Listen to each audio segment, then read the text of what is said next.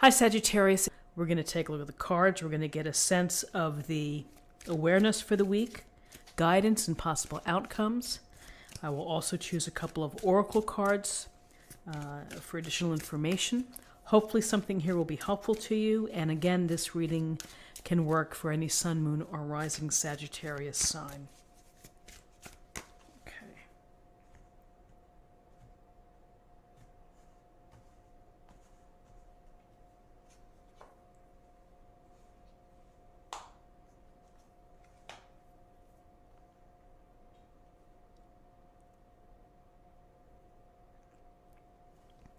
Okay, so we have the Hierophant, Major Arcana, and we have the Knight of Swords in terms of your awareness. So the Hierophant looks like we have a pope here on his chair, making a blessing, having his disciples, teaching and informing the group that decides to follow this religious figure. So a Hierophant can be someone who is a leader within a group, educational, government, religious, whatever it may be, someone who has knowledge and who imparts knowledge. And more often than not, it's the code or the rules or society's traditions or conventions for that particular group. So when we see the Hierophant, we're thinking of someone with experience, with knowledge, that can either act as a guide or counsel, or can be a focus for you this week on these conventions of society, the traditions, marriage, going to school, following a certain path. Sometimes it's tricky trying to fit in to the norm and the path that is expected.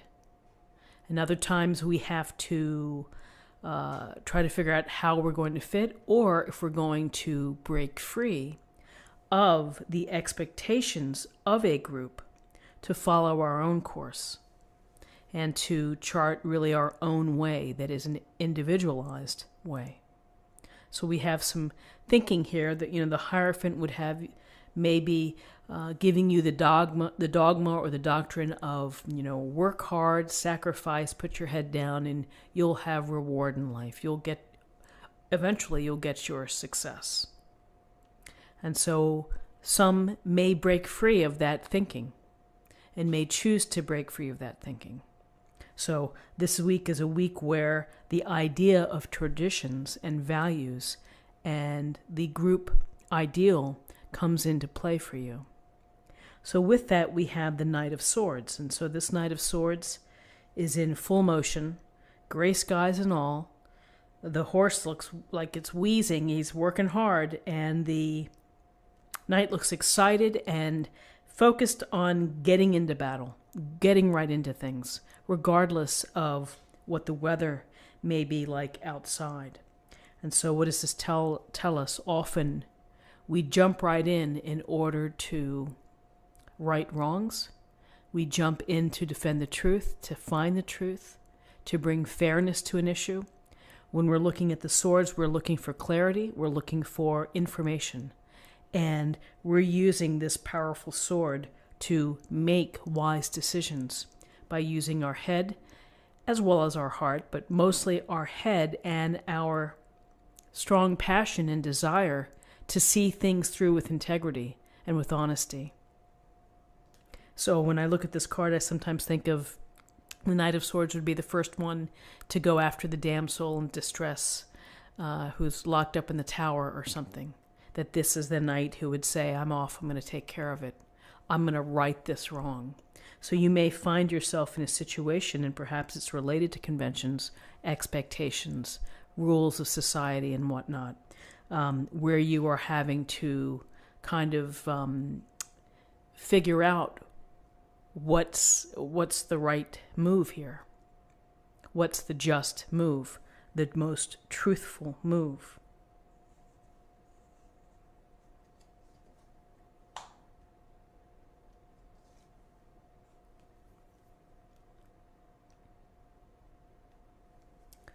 So in terms of guidance, we have the Nine of Swords and we have the Six of Pentacles. So the Nine of Swords looks like the person here sitting up in bed, head in hands, worry, sleeplessness, stress, feeling guilty, feeling uncertain. It's enough to keep you up at night, and perhaps it's just so many thoughts that are shuffling through your head that it's hard to sleep, it's hard to find peace. And so this can be exhausting, it can be tiring, it can be the result of a lot of thinking and things going on in your life this week, that you have to deal with this, that you feel that there's something out there that's keeping you up at night. It's the worry is significant. And so how do we get out of that? Well, we have to really just think of the sun rising the next day. We put our feet on the floor. We walk. We make sense of what we have. We keep things simple, perhaps. And that maybe can get us out of a stressed out state. So with this Nine of Swords, we have the Six of Pentacles. And the Six of Pentacles is the card of giving and receiving. We see the nicely dressed merchant here doling out the coins to the people who are on their knees, who are begging. He holds the scales.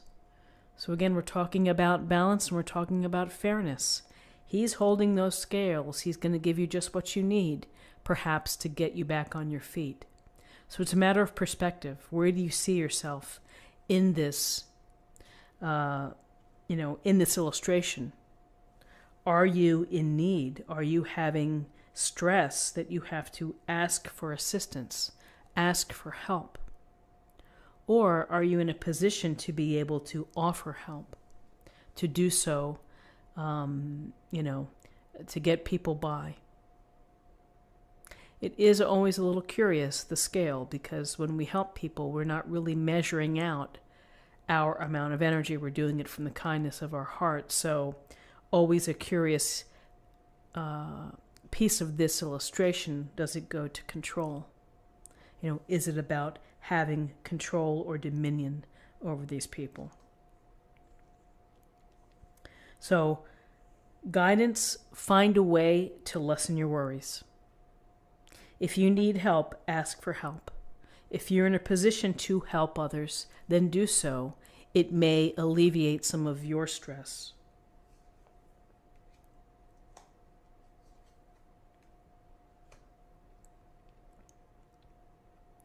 So in terms of possible outcomes, we have the Queen of Pentacles and we have the Magician, major arcana. So the Queen of Pentacles is a motherly type of energy, connected to earth, finds abundance in earth, is resourceful, careful, loving, and compassionate, reaching out to those who are in need and not having to be asked, probably more than likely, and particularly if it's a loved one or family member. This queen is capable of doing great things at home and at the office and volunteer-wise as well. So, she's got her eye here on the pentacle.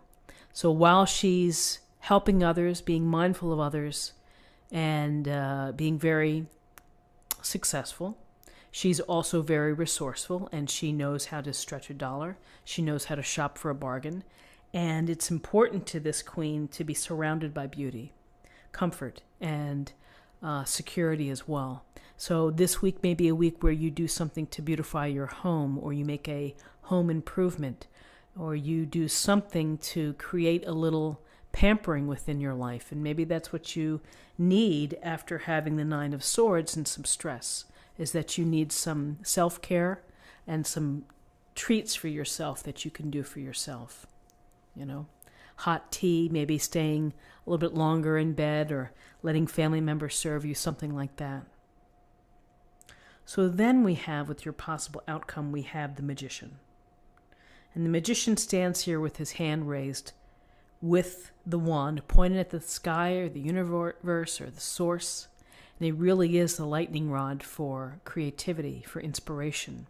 From above, as is below. So what is this? He's channeling the inspiration, the initiative, as if to say, I have this idea, I'm going to bring it to life. I'm going to manifest it. I'm going to create it. So I have everything that I need, and I'm going to rely on my talent, my skill, my training, my experience, everything that I have in front of me, I can use in order to design my blueprint and in order to take steps. When we see the magician, we believe in faith, and that's having self-faith. We also know that, there's initiative goes with this magician. Because if you don't have the initiative to get the plan started, it's simply a dream. It's a possibility. It's potential. And it's unrealized. It only becomes realized when you make the move, when you see things clearly in your head, and when you allow the universe to tell you the blessings that you have, which is the blessings of your talents and the resources in front of you, that you can use these things to create a desired life, a life that you seek, a life that you visualize. So, what do we see? We see this week some big ideas with the magician and with the Hierophant, which is the traditional structure where we either need support from someone who's an elder or a respected, experienced person from a group that you trust, or are you thinking of how you fit in and maybe you don't fit in a certain path, into doing what's right, maybe looking for the truth within a situation. That truth may keep you up at night, or concerns may keep you up at night. You may need to have and ask for help. You may be in a position to help. And here's this loving energy of the Queen, thoughtful, kind, considerate, compassionate, but also likes nice things and is going to work hard in order to achieve them and to create a comfortable environment. And then nicely, we see the magician, which is, you go through a lot of growth as a person, and then you realize that you really do hold the key and that you have to design what you want to do. So let's get a little more information from the oracle cards, and this will be an affirmation for the week.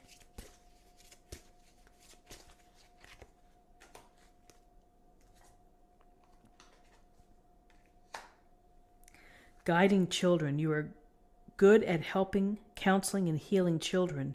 Use your skills to help children now. Well, for some of you that will resonate, for those that have children. For others that don't have children, I'm going to pick another one. And we'll see what the message is.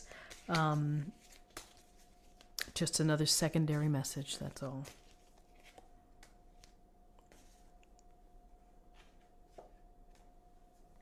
Inner goddess, Aphrodite. Awaken the goddess within you through dance, self-care, and appreciating your divinity. Self-care with the Queen of Pentacles.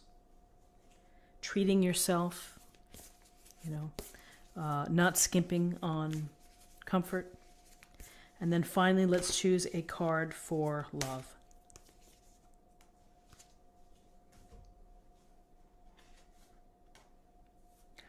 I love you. These are very important words. So whether you're telling your family, your spouse, your friends, your pet, 3 powerful words, I love you. Hopefully said with sincerity and with kindness in your heart.